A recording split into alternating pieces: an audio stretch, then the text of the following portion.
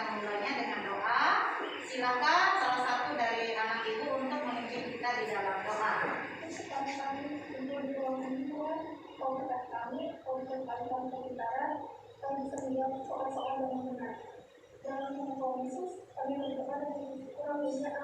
Amin. Terima kasih. Oke, sekali lagi ibu bertanya, apakah sudah siap untuk belajar? Ya. Semangat? Semangat. Sudah makan? Sudah. Harus semangat, anak-anak Tuhan harus semangat, karena dengan semangat kita yang ada, kita akan dapat menerima pelajaran dengan baik. Apalagi sebentar lagi ada berapa pekan? Ada waktu kita belajar? 2 minggu. Sekitar 2 minggu. Setelah itu kita akan melaksanakan penilaian akhir semester. Jadi harus lebih bersemangat lagi ya belajarnya ya. Oke. Kemudian untuk materi yang akan kita pelajari bersama pada siang hari ini tentu memiliki manfaat. Nah, materi hari ini akan membahas tentang konsep arti atau makna gereja yang sebenarnya. Itu gereja sebagai umat Allah yang baru. Untuk materi belajar, LKPD, sumber belajar, dan lain sebagainya sudah ibu kirim ke Classroom kemarin, Pak ya? Sudah kalian cek? Sudah ya? Nah, itu untuk ibu sengaja untuk menjamin dirinya kemarin untuk supaya kita lebih bisa mempersiapkan diri ya untuk kegiatan kita pada siang hari ini. Untuk kompetensi dasar dan tujuan pembelajaran, ibu akan menjelaskan sedikit di sini. Kompetensi dasarnya 1.1 menghayati karya Allah dalam pertumbuhan gereja. 2.1 menunjukkan sikap menghargai karya Allah dalam pertumbuhan gereja.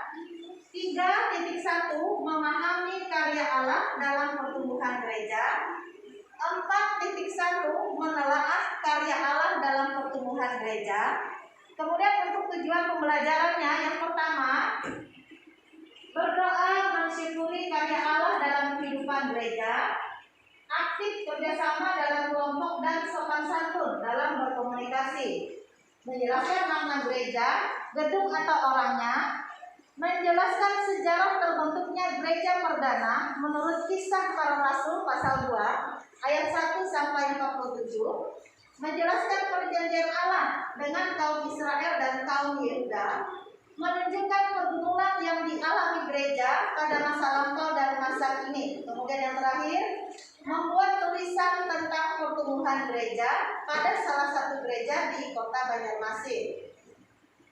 Nah, untuk memulai aktivitas kita pada siang hari ini, ibu akan menayangkan video untuk kita.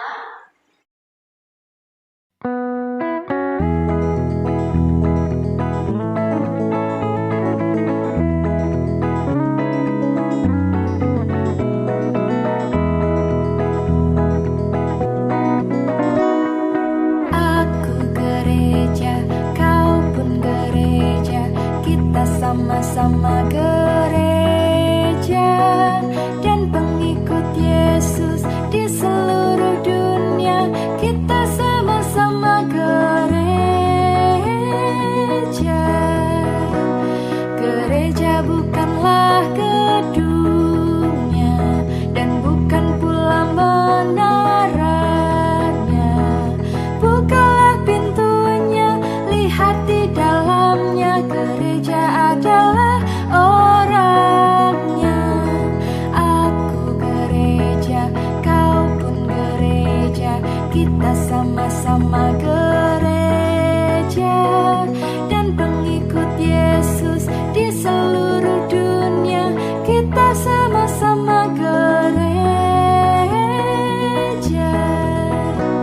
Berbagai macam manusia terdiri dari bangsa-bangsa, lain bahasanya dan warna kulitnya, tempatnya pun berbeda juga. Video yang kita tonton bersama itu erat kaitannya atau hubungannya dengan materi kita pada siang hari ini tentang gereja sebagai umat Allah yang baru. Ada beberapa pertanyaan di situ. Gereja itu apa? Yang kedua, bagaimana sejarah terbentuknya gereja perdana? perjanjian Allah dengan umat Israel? Apa pergumulan gereja masa lalu dan saat ini, dan bagaimana pertumbuhan gereja di tempatmu? Nah, pertanyaan-pertanyaan itu nanti akan kita diskusikan di dalam kelompok ya. Nah, sekarang untuk aktivitas kita masuk ke dalam kelompoknya masing-masing. Kita akan belajar bersama untuk mendalami beberapa pertanyaan yang sudah Ibu sampaikan tadi. Nah, dalam proses mengerjakannya, silakan anak Ibu mencari dari berbagai sumber. Bisa ya, baik dari bahan ajar yang sudah Ibu kirimkan ke Classroom kemarin, melalui video, dan melalui dari sumber internet. Bebas ya kita mencari ini ya. Silakan anak-anak Ibu untuk masuk ke dalam kelompoknya masing-masing yang sudah Ibu bagikan kemarin, yang sudah kita sepakati bersama kemarin di WA group ya. Silakan.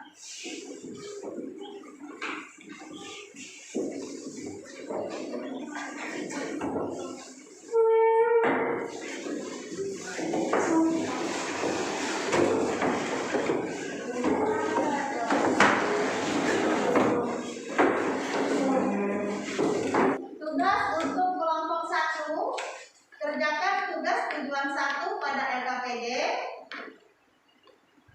Kelompok 2, kerjakan tugas tujuan 2 pada LKPD.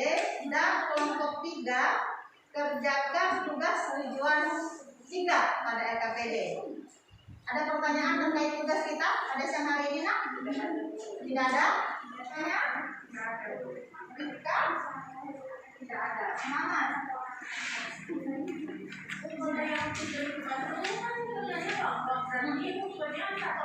Satu orang aja. Ya, satu orang aja. Cuma 4 orang ini kan harus berdiskusi ya, nanti ya. Jangan diserahkan ke 1 orang aja, semuanya harus berdiskusi.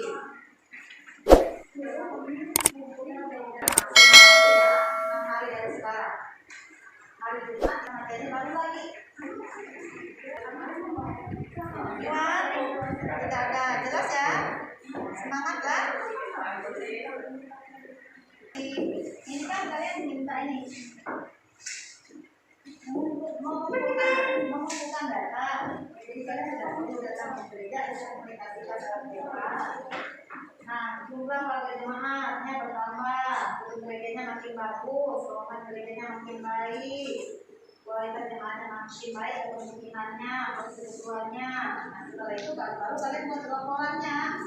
Nah, kan ini kan ada ini laporannya, formatnya dari judul, pendahuluan, pembahasan, dan analisis. Yang terakhir adalah penutup. Jadi langsung dibuat aja. Yang penting kalian datanya sudah kalian peroleh. Bisa aja langsung diketik kayak di Word, karena bisa langsung diketik, atau dengan HP juga bisa. Kalau sudah kan langsung dikirim ke Classroom. Atau misalnya jawaban kalian kan berbagi, bisa kalau mau ditulis 1 orang yang menulisnya kayak sekretarisnya tuh, nah. Jadi kalau sudah selesai kan dipotongkan gitu ke Classroom gitu aja. Tapi kalau mau diketik bebas aja, mau jawabnya gimana bebas. Kalau mau pikir mungkin iya, boleh, mau Word boleh, PDF boleh, bebas. Ya.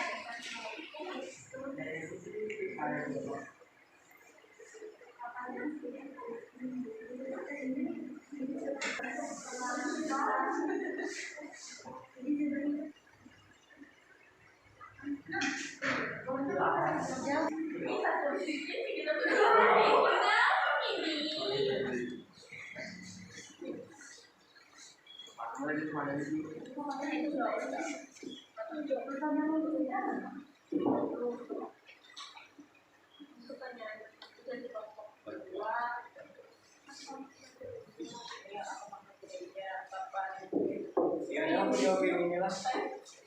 Tulis bahwa jawaban nomor 1. Udah coba.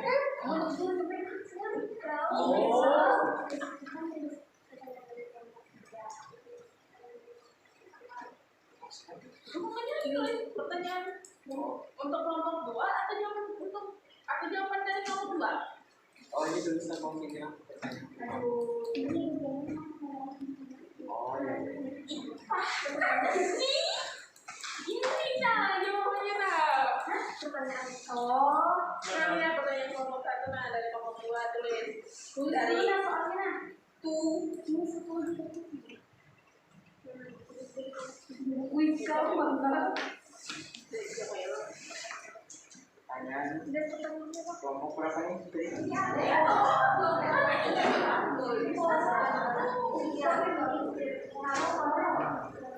Ini kelompok gereja.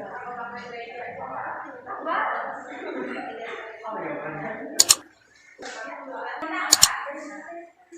Jadi bicara Kalau misalnya ada penjelasan dan apa makna gereja pagi ini? Nah,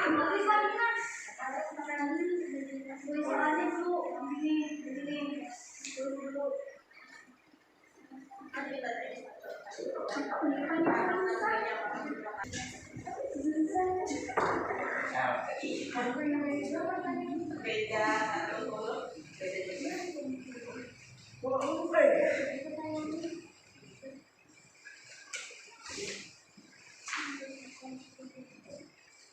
Eri dong, Eri aku. Ada orang ini mungkin oleh kamu. Eri Kelompok satu sudah selesai diskusinya? sudah. Sudah. Kelompok berapa nih? Sudah siap? Oke, sekarang Ibu mau tanya siapa yang mau duluan maju presentasi hasil diskusinya? Siapa? Ibu. Silakan. Ayo, kita beri tepuk tangan dulu untuk Perkenalkan, kami dari kelompok 1 ingin mempresentasikan jawaban kami. Satu, salah satu gereja di kota Banjarmasin melaksanakan persidangan jemaat. Kegiatan tersebut merupakan suatu pengambilan keputusan tertinggi di tingkat jemaat yang melibatkan seluruh warga jemaat yang sudah sipil. Berdasarkan informasi di atas, gereja digambarkan sebagai opsi C, institusi. 2. Pengurus Gereja Betani Indonesia Kabupaten Kapuas menyalurkan bantuan paket sembako kepada warga kurang mampu, terutama yang terdampak ekonomi akibat pandemi virus corona atau COVID-19. Pemberian bantuan itu sebagai bentuk kepedulian halaman jemaat Gereja Betani Indonesia Kapuas yang prihatin dan ikut serta membantu pemerintah daerah dalam menanggulanginya.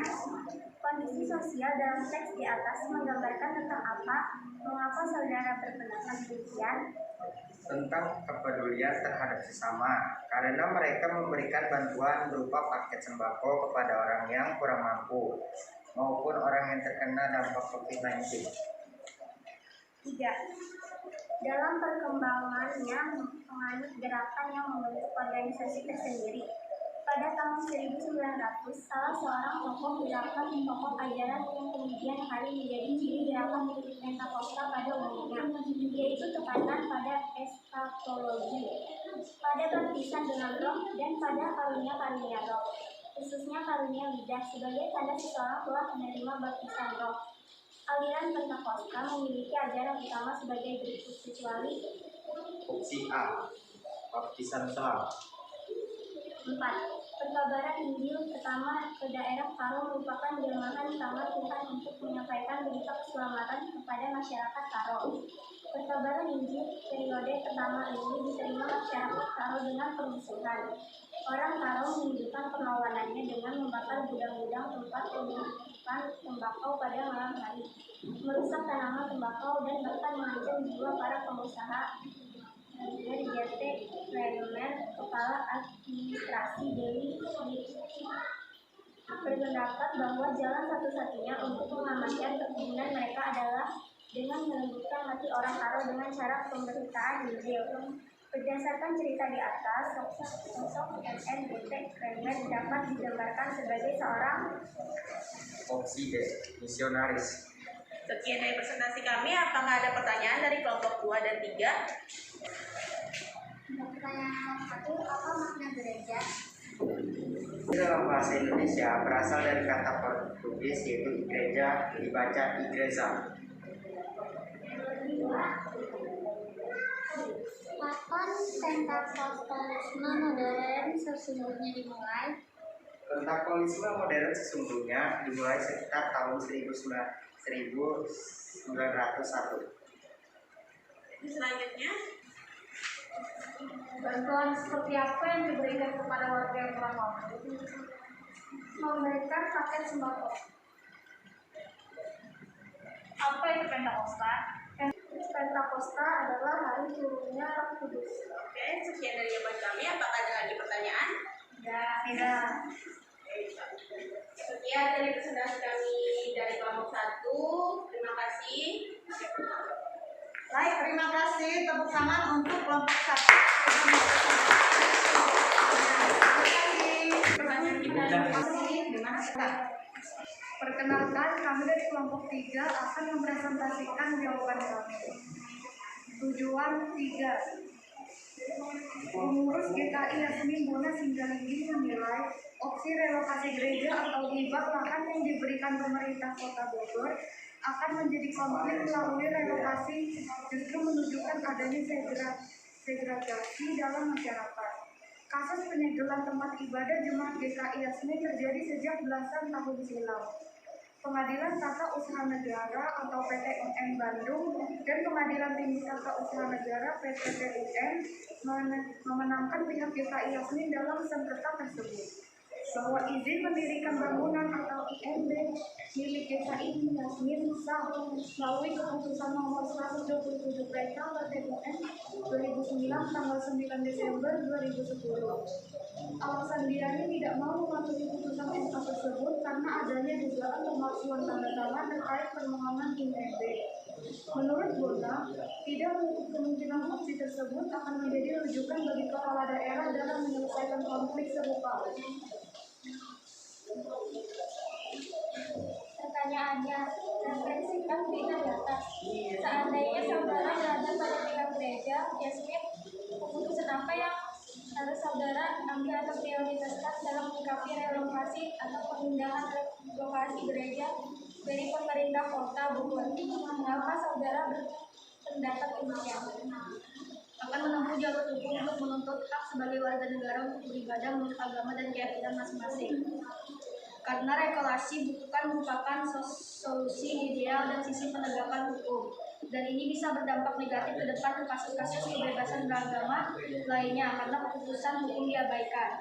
Membela, karena kita juga punya hak untuk menolak tawaran pindah tempat tersebut. Alasannya berpegang pada Mahkamah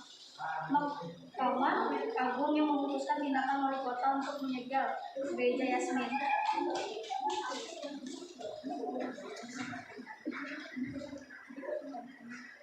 Apakah ada pertanyaan? Apa dampak negatif terciptanya eksklusivisme kesukuan di gereja-gereja?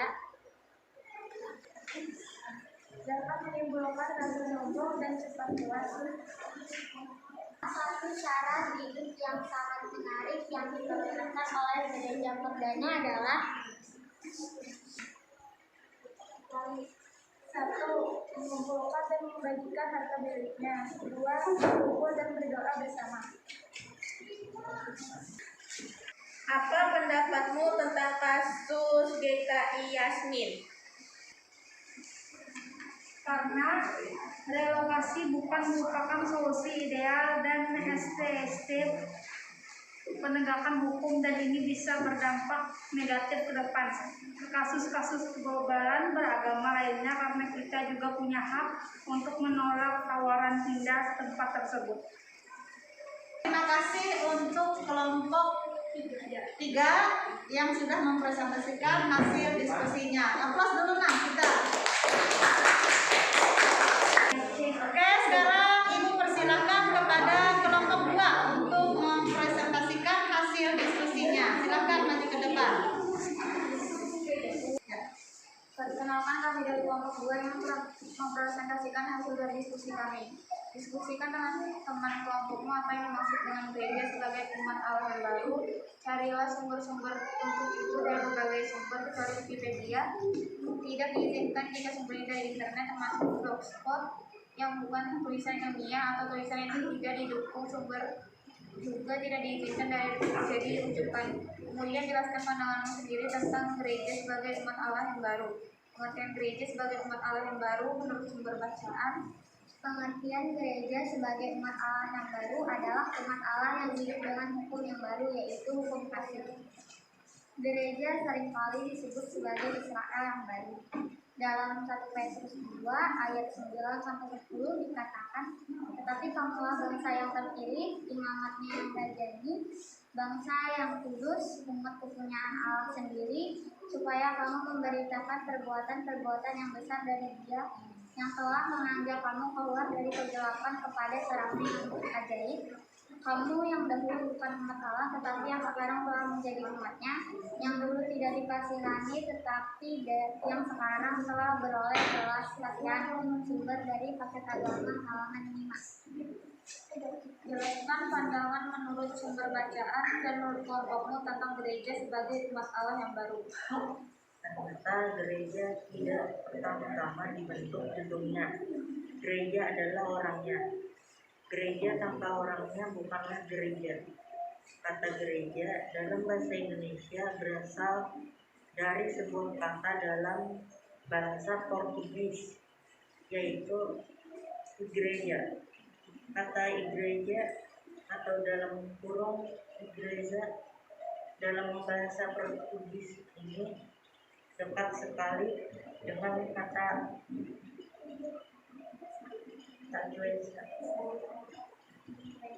Iglesia dalam bahasa Spanyol yang mempunyai arti yang sama, yaitu gereja. Apakah ada pertanyaan? Apakah gereja itu berupa gedung atau tempat bersekutu dengan Tuhan? Menurut kelompok kami, gereja itu adalah tempat persekutuan dengan Tuhan.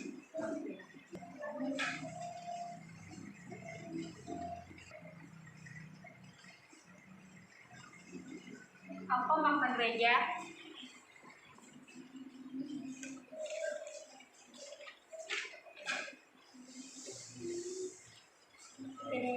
Makna gereja, pengertian gereja sebagai umat Allah yang baru adalah umat Allah yang hidup dengan hukum yang baru, yaitu hukum kasih. Kapan Pentakostalisme modern sesungguhnya dimulai?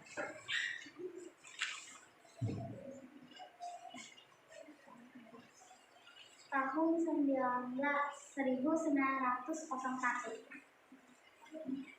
Itu kelompok kami. Terima kasih. Baik, terima kasih. Hasil diskusinya, kerja kelompoknya bisa dikumpulkan untuk ibu supaya ibu segera memberikan nilainya. Terima kasih. Terima kasih.